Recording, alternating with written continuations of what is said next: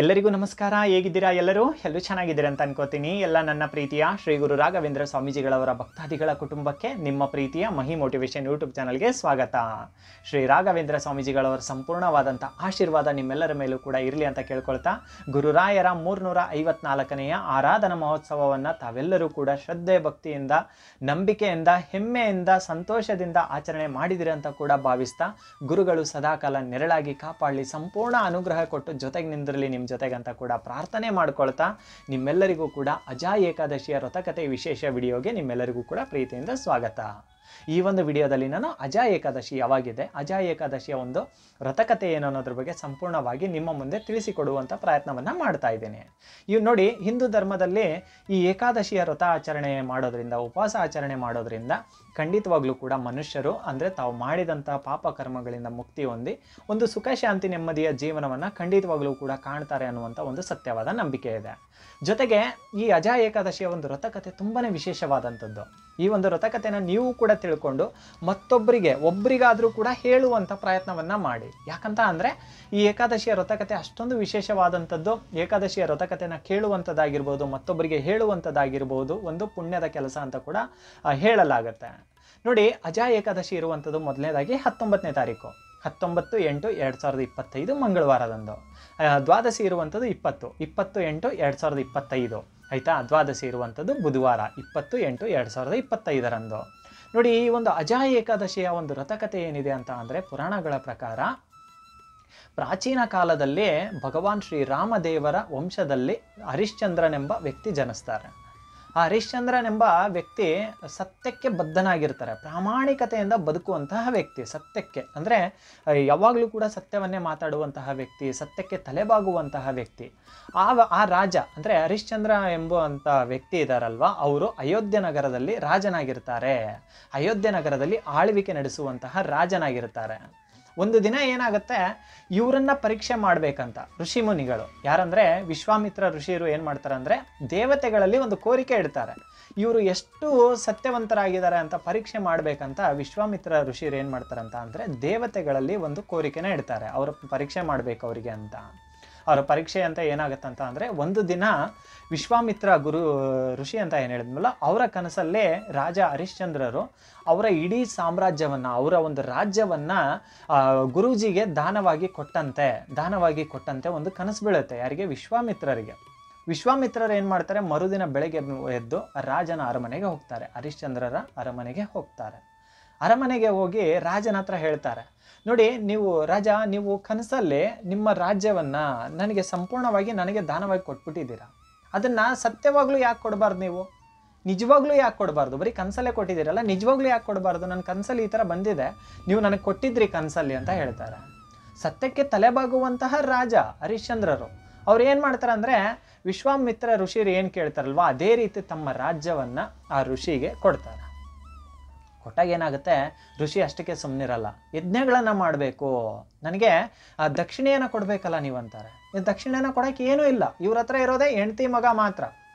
ಯಾರ ಹತ್ರ? ಹರಿಶ್ಚಂದ್ರರ ಹತ್ರ ಇರುವಂಥದ್ದು ಹೆಂಡತಿ ಮಗು ಮಾತ್ರ, ಬಿಟ್ಟರೆ ಅವರು ಏನೂ ಇಲ್ಲ, ಎಲ್ಲವನ್ನೂ ಕೂಡ ಕೊಟ್ಬಿಟ್ಟಿದ್ದಾರೆ, ರಾಜ್ಯವನ್ನೇ ಕೊಟ್ಬಿಟ್ಟಿದ್ದಾರೆ. ಅಂದಾಗ ಏನಿರುತ್ತೆ ಹರಿಶ್ಚಂದ್ರ ರಾಜನ ಹತ್ರ? ಏನೂ ಇಲ್ಲ. ಅದಕ್ಕಾಗಿ ಏನು ಮಾಡ್ತಾರೆ ಅಂದರೆ, ದಕ್ಷಿಣೆ ಕೊಡೋಗೋಸ್ಕರನೇ ಅವ್ರು ಏನು ಮಾಡ್ತಾರೆ, ಹರಿಶ್ಚಂದ್ರ ರಾಜರು ತಮ್ಮನ್ನು, ಅವ್ರ ಮಗನ್ನ, ಹೆಂಡತಿನ ಮಾರಿಬಿಟ್ಟು ದಕ್ಷಿಣ ಕೊಡುವಂಥ ಪ್ರಯತ್ನವನ್ನು ಮಾರಿದಾಗ ತಮ್ಮನ್ನು ತಾವು ಮಾರ್ಕೋತಾರೆ. ರಾಜ ಹರಿಶ್ಚಂದ್ರ ಏನು ಮಾಡ್ತಾರೆ ಅಂದರೆ, ಸ್ಮಶಾನದಲ್ಲಿ ಅಂದರೆ ಶವವನ್ನು ದಹನ ಮಾಡುವಂಥದ್ದು, ಉಳುವಂಥದ್ದು, ಇದೆಲ್ಲ ಕೆಲಸವನ್ನು ಮಾಡೋಕ್ಕೆ ಶುರು ಮಾಡ್ತಾರೆ. ಡೋಂಗೆ ಮಾರ್ಕೊತಾರೆ, ಅಂದರೆ ಒಬ್ಬ ಚಂಡಾಲನಿಗೆ ಮಾರ್ಕೊಂಡು ಹೆಣಗಳನ್ನು, ಅಂದರೆ ಸ್ಮಶಾನದಲ್ಲಿ ಹೆಣಗಳನ್ನು ಉಳುವಂತಹ ಕೆಲಸವನ್ನು ಮಾಡುವಂತಹ ಒಂದು ಕೆಲಸಕ್ಕೆ ಸೇರ್ತಾರೆ. ಅಲ್ಲಿ ಏನಾಗುತ್ತಂದರೆ, ರಾಜ ಕೆಲವು ವರ್ಷಗಳ ನಂತರ ರಾಜನಿಗೆ ಏನಾಗುತ್ತೆ, ಹಿಂಗಾಗ್ಬಿಡ್ತಲ್ಲ ನನ್ನ ಪರಿಸ್ಥಿತಿ, ಇಲ್ಲಿ ನೋಡಿದ್ರೆ ಇಂಥದ್ದೆಲ್ಲ ಕೆಲಸ ಮಾಡಬೇಕು, ಏನಪ್ಪ ಇದು, ಹಿಂಗ್ಯಾಕಾಯಿತು ನನ್ನ ಜೀವನದಲ್ಲಿ ಅಂತ ತುಂಬ ದುಃಖ ಮಾಡ್ಕೊತಾನೆ. ಈ ಕಡೆ ನನ್ನ ಹೆಂಡತಿ ಮಗುನೂ ಕೂಡ ಮಾರ್ಬಿಟ್ಟೆ, ಏನು ಮಾಡಬೇಕು ಈಗ, ನನ್ನನ್ನು ಕೂಡ ನಾನು ಮಾರ್ಕೊಂಡು ರಾಜನಾಗಿದ್ದಂಥ ನಾನು ಈ ಕೆಲಸ ಮಾಡ್ತಾಯಿದ್ದೀನಿ. ಕೆಲಸದ ಬಗ್ಗೆ ಇದು ಬರಲ್ಲ. ಬಟ್ ಜೀವನದಲ್ಲಿ ನಡೆದಿದ್ದನ್ನ ನೆನೆಸ್ಕೊಂಡು ರಾಜನಿಗೆ ತುಂಬಾನೇ ಒಂದು ದುಃಖ ಉಂಟಾಗುತ್ತೆ. ಆ ದುಃಖ ಉಂಟಾದಾಗ ಆತನಿಗೆ ಕಣ್ಣೀರು ಬಿಟ್ಟರೆ ಏನು ಬರೋಕ್ಕೆ ಸಾಧ್ಯ? ಈಗ ನಮ್ಮ ಮನಸ್ಸಿಗೆ ತುಂಬ ದುಃಖ ಆದಾಗ ಏನು ಬರುತ್ತೆ? ಕಣ್ಣೀರು ಬರೋದು. ಅದೇ ರೀತಿ ಕಣ್ಣೀರಾಗ್ತಾ ಇರ್ತಾನೆ. ಏನಾಯ್ತಪ್ಪ, ಹಿಂಗೆ ಒಂದು ದಿನ ಕಳೆಯುತ್ತೆ, 2 ದಿನ ಕಳೆಯುತ್ತೆ, ರಾಜ ಕಣ್ಣೀರಾಗ್ತಾ ಇರ್ತಾನೆ. ತನ್ನ ಕೆಲಸವನ್ನು ತಾನು ಮಾಡ್ತಾ ಇರ್ತಾನೆ. ಉಳುವಂಥ ಕೆಲಸವನ್ನು, ಸ್ಮಶಾನದಲ್ಲಿ ದಹನ ಮಾಡುವಂಥದ್ದನ್ನ, ಉಳುವಂಥ ಕೆಲಸವನ್ನು ಮಾಡ್ತಾ ಇರ್ತಾನೆ. ಮಾಡಬೇಕಾದ್ರೆ ಏನಾಗುತ್ತೆ, ಒಂದು ದಿನ ಇವರ ಇರೋ ತಾವೇನೆ, ಅಂದರೆ ಇವರು ಇರೋ ಜಾಗಕ್ಕೇ ಗೌತಮ ಋಷಿರು ಬರ್ತಾರೆ. ಗೌತಮ ಋಷಿರು ಬಂದು ರಾಜನಲ್ಲಿ ಕೇಳ್ಕೊತಾರೆ, ಏನಪ್ಪ ಯಾಕೆ ಇಷ್ಟೊಂದು ಕಣ್ಣೀರಾಗ್ತಾ ಇದ್ದೀರಾ ಅಂತ ಕೇಳ್ತಾರೆ. ನಡೆದಿದ್ದೆಲ್ಲ ರಾಜ ಹೇಳ್ತಾನೆ. ಈ ಥರ ರಾಜ ಹರಿಶ್ಚಂದ್ರ ಇರ್ತಾರಲ್ಲ, ಎಲ್ಲವನ್ನೂ ಕೂಡ ಗೌತಮ ಋಷಿರ ಹತ್ರ ಎಲ್ಲವನ್ನೂ ಕೂಡ ಹೇಳ್ತಾರೆ. ಹೇಳಿ, ಈ ಥರ ನಡೀತು ನನ್ನ ಜೀವನದಲ್ಲಿ, ಹಿಂಗೆಲ್ಲ ಆಯಿತು, ನನ್ನ ಹೆಂಡತಿ ಮಗುವನ್ನು ಕೂಡ ಮಾರಿದೆ, ನನಗೆ ಇಲ್ಲಿ ಕೆಲಸ ಈ ಥರ ಮಾಡ್ತಾ ಇದ್ದೀನಿ, ಕೆಲಸದ ಬಗ್ಗೆ ನನಗೇನಿದಿಲ್ಲ, ಆದರೆ ಈ ಥರ ಆಯ್ತಲ್ಲ ಅನ್ನುವಂಥದ್ದು ನನಗೆ ತುಂಬ ಕಾಡ್ತಾ ಇದೆ ಗುರುಗಳೇ ಅಂತ ಋಷಿ ಮುನಿಗಳ ಹತ್ರ, ಗೌತಮ ಋಷಿರ ಹತ್ರ ರಾಜ ಹರಿಶ್ಚಂದ್ರ ಎಲ್ಲವನ್ನೂ ಕೂಡ ದುಃಖದಲ್ಲಿ ಹೇಳ್ಕೊತಾನೆ. ದುಃಖದಲ್ಲಿ ಹೇಳ್ಕೊಂಡಾಗ ಗೌತಮ ಋಷಿರಿಗೂ ಕೂಡ ಒಂದು ಕ್ಷಣ ಕಣ್ಣೀರು ಬಂದ್ಬಿಡುತ್ತೆ. ಗೌತಮ ಋಷಿರಿಗೂ ಕೂಡ ಕಣ್ಣೀರು ಬಂದ್ಬಿಡುತ್ತೆ. ಕಣ್ಣೀರು ಬಂದಾಗ ಆ ಗುರುಜಿ ಹೇಳ್ತಾರೆ, ಇದೆಲ್ಲವೂ ಕೂಡ ನಡೆದಿದ್ದು ನಿನ್ನ ಹಿಂದಿನ ಜನ್ಮದ ಕರ್ಮಗಳಿಂದ. ನಿನ್ನ ಜೀವನದಲ್ಲಿ ನೀನು ಇಷ್ಟೊಂದು ಸತ್ಯ ಹೇಳ್ತಾ ಇದೀಯಾ, ಸುಮ್ಮನೆ ಬಂದಿಲ್ಲ ನಿನಗೆ, ಈ ಜೀವನದಲ್ಲಿ ತುಂಬ ಚೆನ್ನಾಗಿದೆ ಈ ಜನ್ಮದಲ್ಲಿ, ನಿನ್ನ ಹಿಂದಿನ ಜನ್ಮದಲ್ಲಿ ನೀನು ಮಾಡಿದಂಥ ಕರ್ಮಗಳಿಂದ ಇಷ್ಟು ಕಷ್ಟಗಳನ್ನ ನೀನು ಅನುಭವಿಸ್ಬೇಕಾಯಿತು.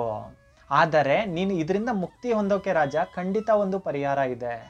ಇದರಿಂದ ನೀನು ಮುಕ್ತಿ ಹೊಂದ್ತೀಯ, ಹಿಂಗೆ ಇರಲ್ಲ ನೀನು ಖಂಡಿತ ಇದರಿಂದ ಮುಕ್ತಿ ಹೊಂದು ಈಚೆಗೆ ಬಂದು ನೀನು ಸುಖ ಶಾಂತಿ ನೆಮ್ಮದಿಯ ಜೀವನವನ್ನು ನಡೆಸ್ತೀಯಾ, ನೀನು ಮೊದಲು ಹೆಂಗಿದ್ದೆ ಹಂಗೆ ಆಗ್ತೀಯ, ನೀನು ರಾಜ್ಯವನ್ನು ಕೂಡ ಪಡಿತೀಯ ಅಂತ ಗೌತಮ ಋಷಿರು ಅವರಿಗೆ ಧೈರ್ಯವನ್ನು ತುಂಬ್ತಾರೆ.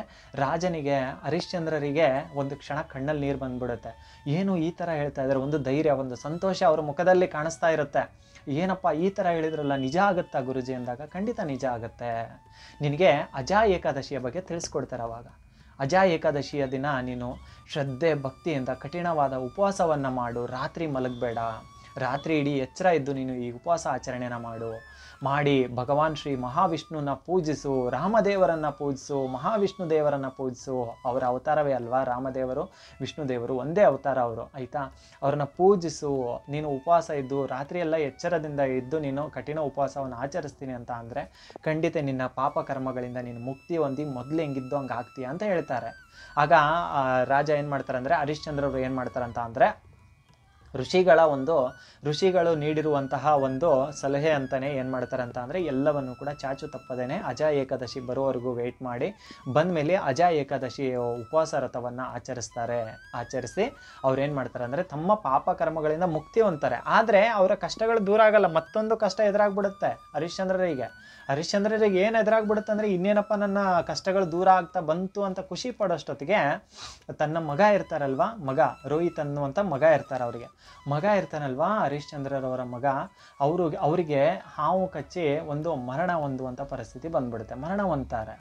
ಅವರ ಹೆಂಡತಿ ಏನು ಮಾಡ್ತಾರಂತ ಅಂದರೆ, ಹರಿಶ್ಚಂದ್ರರ ಹೆಂಡತಿ ಏನು ಮಾಡ್ತಾರಂತ ಅಂದರೆ, ನಿರ್ಜೀವ ಶವವನ್ನು, ಮಗನ ಶವವನ್ನು ಏನು ಮಾಡ್ತಾರೆ, ಸ್ಮಶಾನಕ್ಕೆ ತಗೊಂಬಂದಾಗ ಈ ಕಡೆ ಮಗನನ್ನು ನೋಡಿ ದುಃಖ ತಡ್ಕೊಳಕ್ಕಾಗ್ತಾ ಇಲ್ಲ, ಈ ಕಡೆ ಗಟ್ಟಿ ಮನಸ್ಸು ಮಾಡಿಕೊಂಡು ದೇಹದಹನ ಮಾಡಲೇಬೇಕು, ಶುಲ್ಕವನ್ನು ಇಸ್ಕೊಲೇಬೇಕು, ದೇಹದಹನ ಮಾಡಬೇಕಲ್ವಾ, ಮಾಡಬೇಕಾದ್ರೆ ಶುಲ್ಕವನ್ನು ಇಸ್ಕೊಲೇಬೇಕು. ಹೆಂಡತಿ ಹತ್ರ ಕೇಳ್ತಾರೆ, ದೇಹದಹನ ಮಾಡೋಕ್ಕೆ ಶುಲ್ಕವನ್ನು ಕೊಡಮ್ಮ ಅಂದಾಗ, ನನ್ನ ಹತ್ರ ಏನೂ ಇಲ್ಲ.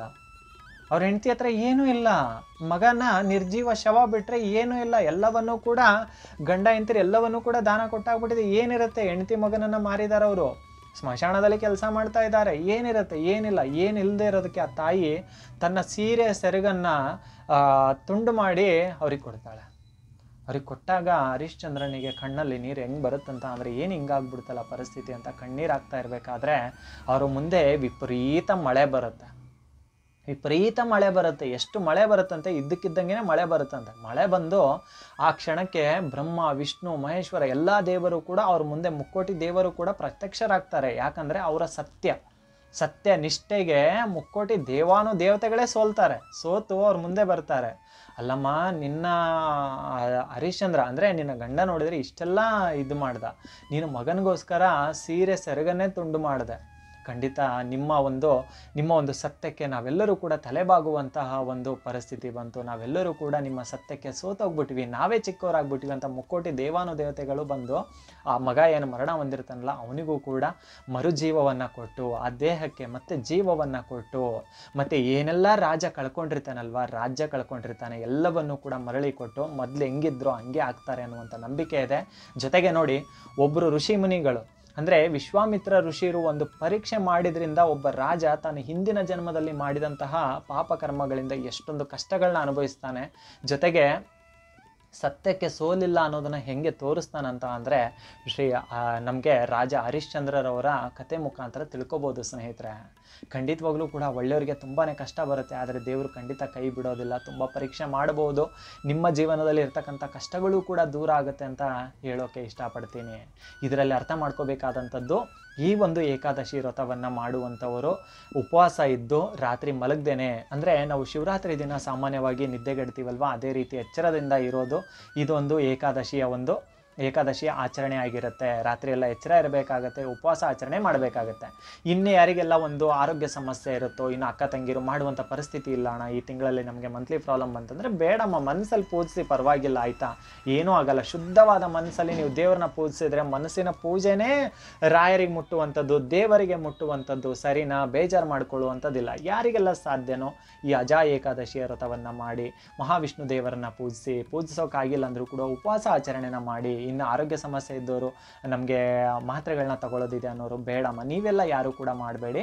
ಆದರೆ ಯಾರಿಗೆಲ್ಲ ಸಾಧ್ಯನೋ ಅವರೆಲ್ಲರೂ ಕೂಡ ಶ್ರದ್ಧೆ ಭಕ್ತಿಯಿಂದ ಮಾಡಿ. ಇನ್ನು ಯಾರಿಗೆಲ್ಲ ಆಗ್ತಿಲ್ವೋ, ಮಠಕ್ಕೆ ಹೋಗಿ ಬರೋವಂಥ ಅನುಕೂಲ ಇದೆ ಅಂತ ಅಂದರೆ ಶ್ರೀರಾಯರ ಮಠಕ್ಕೆ ಹೋಗಿ ಬನ್ನಿ. ರಾಯರಿಗೆ ಅವತ್ತು ಯಾವುದೇ ರೀತಿಯ ಒಂದು ಅಲಂಕಾರ ಆಗಲಿ ನೈವೇದ್ಯ ಆಗಲಿ ಇಡುವಂಥದ್ದು ಇರೋದಿಲ್ಲ. ಸ್ವಲ್ಪ ತುಳಸಿ ದಳವನ್ನು ಬೇಕಿದ್ರೆ ಇಟ್ಟು ದೀಪವನ್ನು ಹಚ್ಚಬಹುದು, ಸರಿನಾ? ಪ್ರತಿಯೊಬ್ಬರು ಕೂಡ ಈ ಒಂದು ಏಕಾದಶಿ ವ್ರತವನ್ನು ಮಾಡಿ.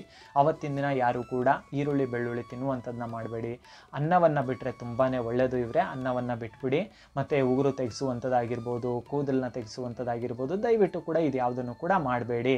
ನೀವು ಕೂಡ ಮತ್ತೊಬ್ಬರಿಗೆ ನನಗಿನ ಹೆಚ್ಚಾಗಿ ತಿಳ್ಕೊಂಡು ಹೇಳುವಂಥ ಪ್ರಯತ್ನವನ್ನು ಕೂಡ ಮಾಡಿ. ನಾನು ಇವಾಗ ಏಕಾದಶಿ ವ್ರತಕಥೆನ ಹೇಳಿದ್ನಲ್ವ, ನೀವು ಕೂಡ ಒಬ್ರಿಗಾದರೂ ಕೂಡ ತಿಳಿಸಿ ಹೇಳುವಂಥ ಪ್ರಯತ್ನವನ್ನು ಮಾಡಿ.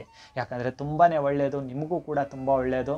ನಿಮ್ಮ ಜೀವನದಲ್ಲೂ ಕೂಡ ಸುಖ ಶಾಂತಿ ನೆಮ್ಮದಿನ ಶ್ರೀರಾಯರು ಮತ್ತು ಮುಕ್ಕೋಟಿ ದೇವಾನುದೇವತೆಗಳು ಕೊಟ್ಟು ಕಾಪಾಡಲಿ ಅಂತ ನಾನು ಕೂಡ ಕೇಳ್ಕೊತೀನಿ. ನಮಸ್ಕಾರ, ಒಳ್ಳೆಯದಾಗಲಿ.